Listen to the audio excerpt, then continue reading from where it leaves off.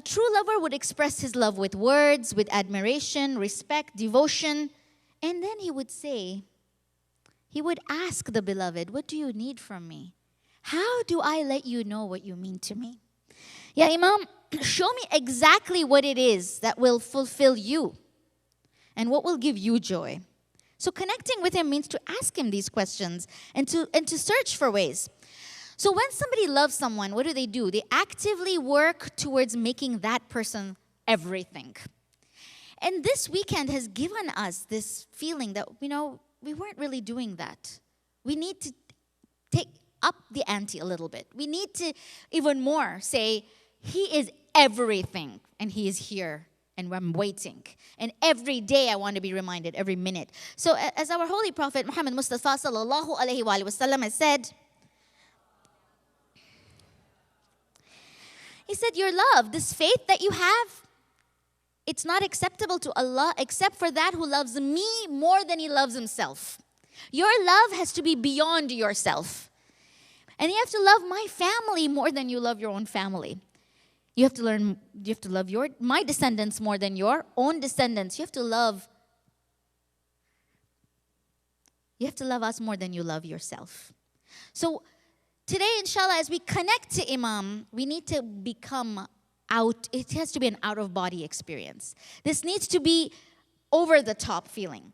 So when we're talking about that physical contact, acts of devotion are physical ways. This act of putting our hand on our head and bowing, this is a physical act. Standing up, it's a physical act that makes us connected to our Imam. Visiting the shrines, going physically, spending that money, taking time out of our life, walking there. These are all ways of the different shrines to come to Imam and to connect with him. And then we yesterday looked at that hadith where when he's actually with us, people will actually be touching his saddle and getting that blessing and going forward. So there will be that, inshallah, that time where we can be around our Imam and we can be connected to him. When we need to beg for this, this is a dua that we say that, yeah, Imam, help us recognize our Prophet.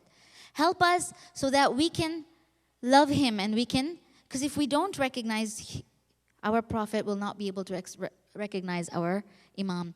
Brother, can you tell me how much, what the time situation, just so that I can... Okay. So, how is love expressed for a beloved? Our beloved is our Imam, and we are trying to connect with him. So we're going to do it through love. We're going to do it through contact by remembering him every day, speaking to him. But the constant remembrance, the dhikr, and maintaining that contact and always being related to him. Loving those that he loves. And showing patience, whether we're waiting for him or whether we are having to be patient with the others who are not doing what they're supposed to be doing. The forbearance, suffering through this time of separation. And acknowledging that, beloved, working for the cause and struggling with jihad. The gifts that we present to our Imam, we're going to talk about that quickly. The charity that we send in his name. Awaiting is a way of connecting. Writing that letter, the arida, sending a salam. Avoiding that gathering avoiding those conversations where people are trying to put this lack of faith in our heart, this doubt, and telling everybody one of the responsibilities while we are in the state of intidar is to talk about where we met him.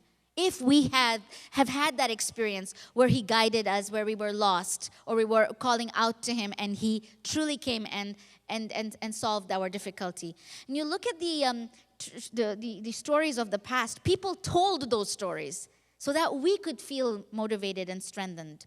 The people of this era especially are being visited by Imam.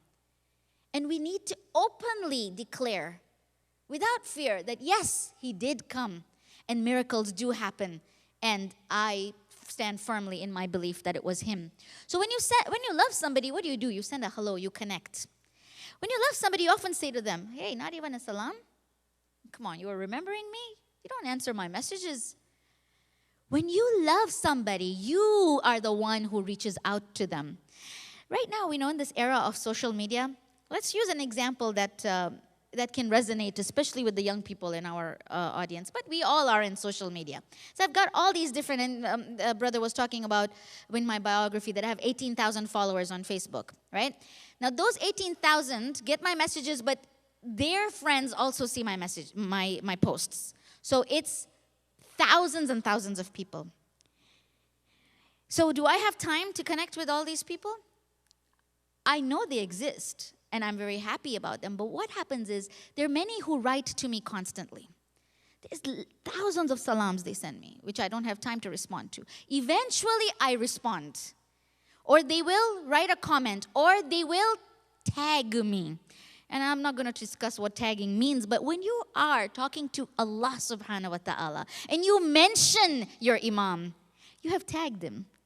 He is realizing that you are mentioning him in places, that you will keep calling out to him. And when you stop suddenly, he will ask, where is this person who used to always send me a salam? So people who are in high places do notice those who love them.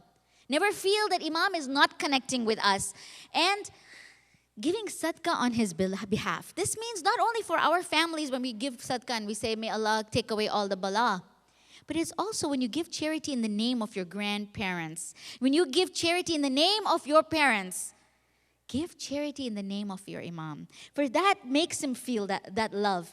And in his will, Sheikh Daus explains, he says, and let's just read the highlighted parts. He says that your love, affection, spirit of sacrifice, devotion for Imam should be abundant. He said, you know what you have? This is all Imam's blessings. He has helped me. And therefore, my son, your attachment has to be so great. Oh, my son, always give preference to your Imam over your own wishes. So look at this dua that he has written for Friday. And look at how we connect to our Imam like that. Oh Allah, I seek nearness to you through a sincere heart. I consider myself lowly before your might and majesty, and to your representative, Imam Zamana. Ajjalallahu ta'ala farajahum sharif. Salli ala. Through an obedient body, my body is subservient to the commands of the Imam, and I seek benefit from the parts of my body such that the Imam is pleased with my actions. And to the holy Imams, through a humble heart, I prefer them over myself, and I seek obedience to them. Do you see how it's a holistic experience?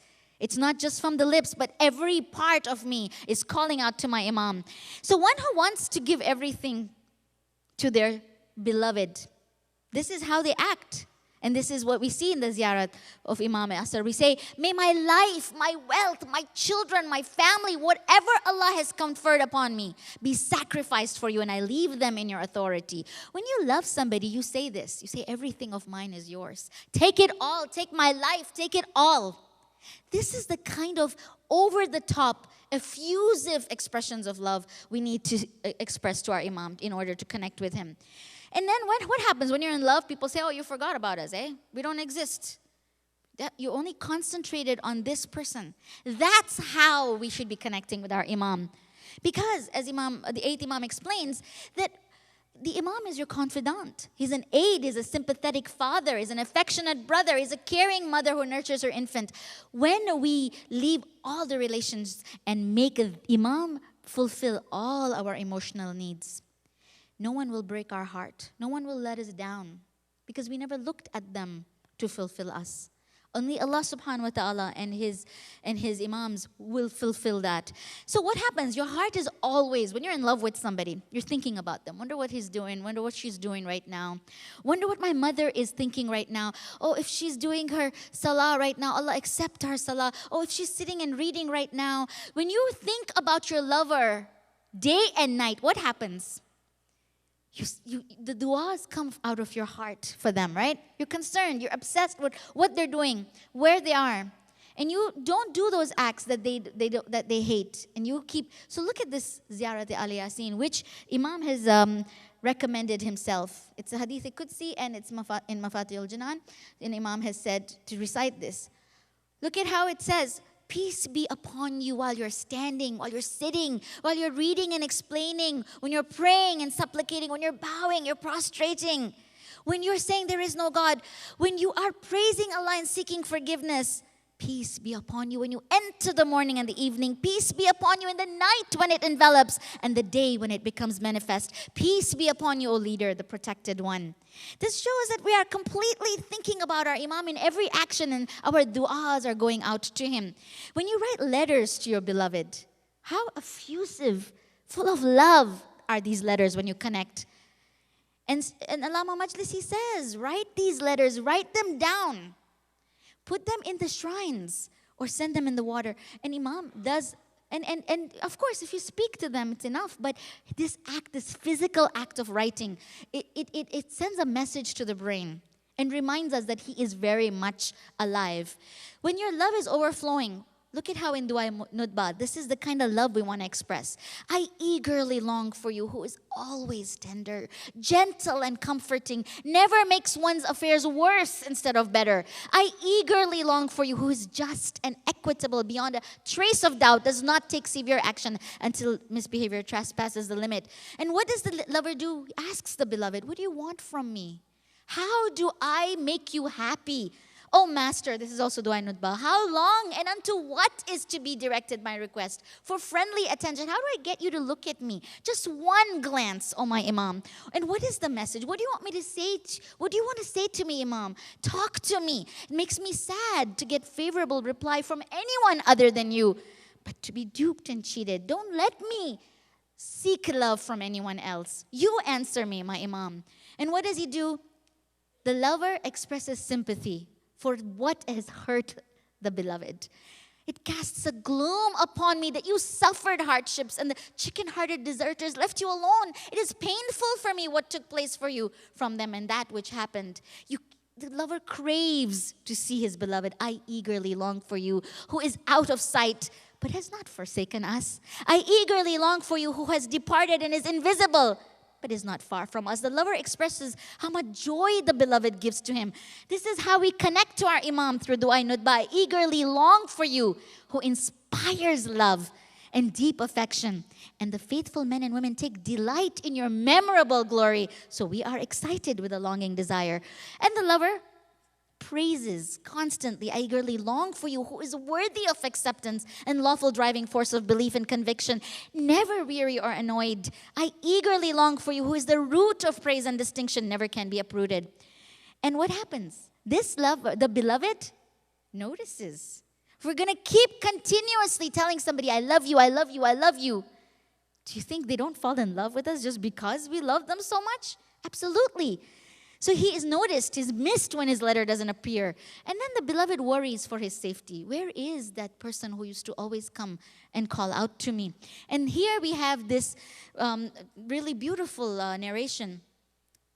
And it has been documented where Imam was seen praying and he was heard, and this is what he was praying. He was saying, oh Allah, our Shias have been created from our light, from our clay. They have sinned in the hope of our love and benevolence. If their sin is related to yourself, they've done something against you, some dhulm, then we ask for you, please forgive them because we love them. This is the wasila that the Imam is using here. The intercession that we crave for. He's saying, they love us, but they make mistakes. Allah, you forgive them, please. Just do it for our sake. And then he says, and that will make us happy if you forgive them. And he says, but if they have done something to their fellow brothers, if they've taken their haqq, they've taken, God forbid, their money, you know what? Just take our homes. Take the part of money that's our right and give it to them. Protect them from the fire of hell. Do not gather them along with your enemies in your punishment. Subhanallah, what an amazing, incredible dua from an Imam who doesn't hear from us often, who doesn't get a salam from us, who doesn't get this kind of effusive love unless somebody makes us sit and do this dua, and even then we don't know what we're saying. The lover calls out to the beloved with terms of endearment. And when Allah subhanahu wa ta'ala says in the Holy Quran that therefore, Allah's are the best names, call on Him thereby, The Aima explained that we are the best names, the Asma'ul Husna, through which Allah has commanded the Muslims to invoke Him. Call out to us, we are those beautiful names. The lover, you know what the lover does? Says, no, I'm not going to go to anybody else. You give me what I want. Why should I go to the outsiders? I want you to be there for me. And this is how in Dua Nutbah we say, the door of Allah's mercy, you have the access to that. You're the path towards Allah's satisfaction and grace. You possess powers of intercession. Yours are the name of Allah. And the 11th Imam explains, he says, oh my son, this is how your followers are going to be. They're going to be so obedient. It'll be like those birds coming to their nests. This is a reassurance that the 11th Imam gives to his son. And if we don't fulfill this dream of our Imam, that we will rush to him as if he's our home, our refuge, our nest, then we are breaking his heart. The lover is willing to agree to anything. And I'll end with this last couple of slides. The lover is willing to agree with whatever the beloved says. And this is Dua Nutbah. So the truth is whatever you're satisfied with. You say it's morning, I'll say it's morning. Tum din ko agar din ko raat ko ho, to hum raat kahenge. This is the kind of love. Whatever you say, I will agree with it, my love. And the goodness, whatever you ordered, and the evil, whatever you have prohibited, I'm a believer. And I'm a believer in His apostle, and in you, O my master, the first among you and the last among you, and my help is intended for you, and my love is purely for you. Accept. The beloved, when we are near Him, He makes us feel safe. In Ziyarat Jamia we say, one who has associated himself with you has triumphed. And the one who has sought asylum with you is protected. We connect with Imam, especially when we feel scared. When we feel lost and we feel hunted down. Let's seek refuge in Him. True lover longs to be near Him. And then Imam says, so pray more for my early reappearance. Indeed, in it there is a salvation. The eyes of the lover is yearning through Dua Nutbah. When shall we abridge the gap that separates us from the vision so that we may refer to the authority? How long shall we keep waiting for your pleasing, satisfying essence and quality? Already the period of expectation has lasted too long. This is the way we wail and call out, Imam, it's too long, come to us. When shall we receive our share from you and have our minds set at rest? For we have fixed our eyes upon you and strive with perseverance. When shall we be happy and see your beautiful form and fine aspect? We look for that His approval in Dua Nutbah. Show me the rightfully guided face of the praiseworthy moon. Make me tread on His way. Let me make and do a ahad. We say, look at how He's showering. The lover showers the loved. Have everything, all the blessings from the east to the west. From my parents, everything is yours, Imam. This is the connection. And there was a last slide that I want to end with, right here, where we lament and we say, when you have a beloved, you look for others who love him too. Loving Imam is not just between us and him. We often say to those who love us, if you loved me, you would never befriend my enemy. If you loved me, you would love my children too. If you loved me, you would love those who support me. How can you oppose that person who's my biggest helper? Connecting with Imam can only happen when we connect with his loved ones. Those who call out to him in the same way. How can we ignore them and rush to Imam? Who knows? Imam's eyes are on that other person rushing to him as well. Perhaps if we held on to that person, Imam will notice us as well. So let us hold hands and connect. And remember that when we sing to Imam and we're lamenting that he says, come with me as one ummah. That's how we connect and our strength strengthens. And we ask to him, where are you, Imam? How far are you? Which isolated land? And it hurts that I cannot see you, but you can, and I can't even hear a whisper about your whereabouts. It is disheartening to know that you're attending to and watching over this disorder and confusion. I am seeing it all. And I, in the thick of violent turmoil, am far away, unable to give report of justice. May Imam Ajjalallahu Ta'ala Farajahum Sharif hear our love, feel this connection, and may the Wi-Fi kick in so that wherever we are, our soul remembers the password. And we are forever connected to him. And Imam responds, and we will be the ones that he looks to when he comes back onto this earth to join us. Let us send a loud salawat to our Imam so that he can hear us from the Geba and comes to us with love in the same way that we love him. Bar Muhammad wa Ali Muhammad salawat.